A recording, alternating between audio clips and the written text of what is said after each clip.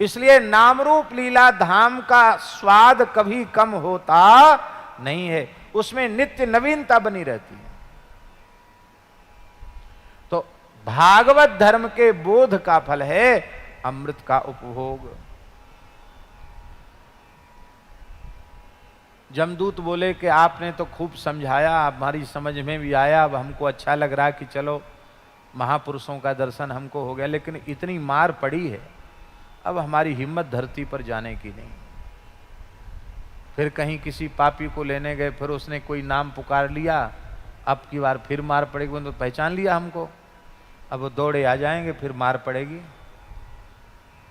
तो जमदूत बोले, जमराज बोले कि देखो ऐसा करो, एक श्लोक कंठस्थ कर लो, ये श्लोक जहां घटित हो जाए वहां जाना, और जहां घटित न हो वहां बिल्कुल मत जाना, वहां दूर से ही दंडोत प्रणाम कर लेना। ये इतना बढ़िया श्लोक है कि इस श्लोक को यदि हम इसका ठीक से श्रवण कर लें, विचार कर लें, तो इसी समय निश्चय हो जाएगा कि हम जमलोक जाएंगे कि भगवान के धाम को जाएंगे। यही निश्चय हो जाएगा, इसी समय निश्चय हो जाएगा। बहुत प्यारा श्लोक है। जिह्वा न भक्ति भगवत गुण नाम धेयम्, चेतश्च न स्मरति तच्चरणारविन्दम्,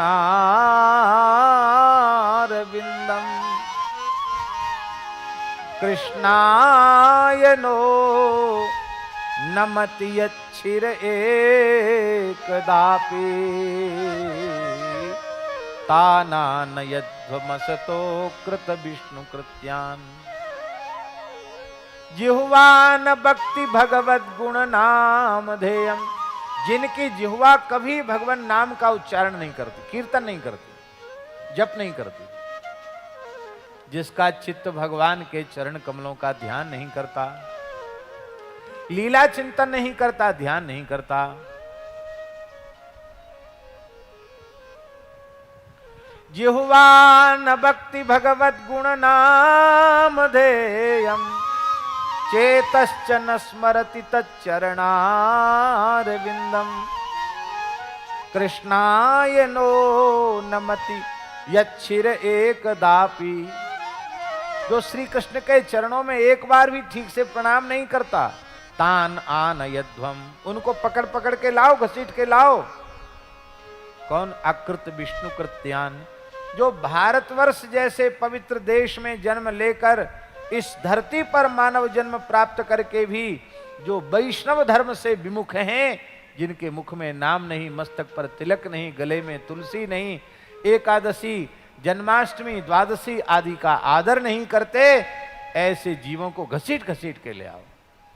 जिनके मस्तक पर तिलक हो, गले में तुलसी हो, जिह्वा पर भगवान का नाम हो, मान लो उनसे कोई पाप बन गए तो भी हमारे अधिकार क्षेत्र से वो बाहर हैं। फौज में फौजी के द्वारा कोई अपराध बनता है तो लौकिक सामान्य अदालत उसको सजा नहीं सुनाती है, फौज की ही अदालत उसको सजा सुनाती है, फौज की अदालत ही सजा सुनाती है। इसका तात्पर्य क्या है? इसका तात्पर्य है कि आप राम जी की फौज में सम्मिलित हो गए, ठाकुर जी की फौज में सम्मिलित हो गए, तो आपसे कुछ गलती बनेगी तो सजा सुनाना, सजा देना या क्षमा कर देना, ये ठाकुर जी के अधिकार की बात हो गई, यमराज का अधिकार वहां नहीं रहा। भगवान है, भगवान चाहें तो कहो दूसरा तीसरा जन्म दे दें, जन्म दे के भी बुरा नहीं करते, क्योंकि जो भजन किया है वो भजन नष्ट नहीं होगा, वो भजन दूसरे जन्म में मिल जाएगा, फिर वहां से आगे बढ़ेगा।